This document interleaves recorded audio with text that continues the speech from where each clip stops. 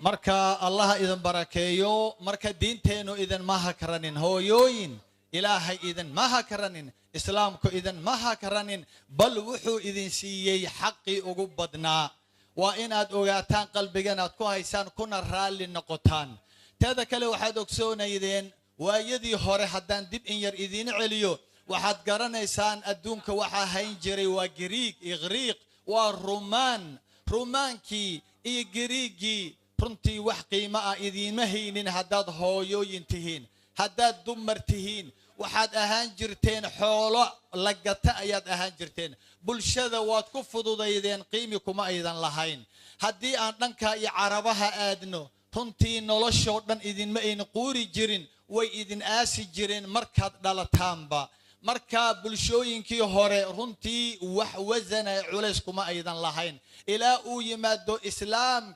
islaamka waa kan maanta idinka dhigay mas'uul saan idin sheegi doono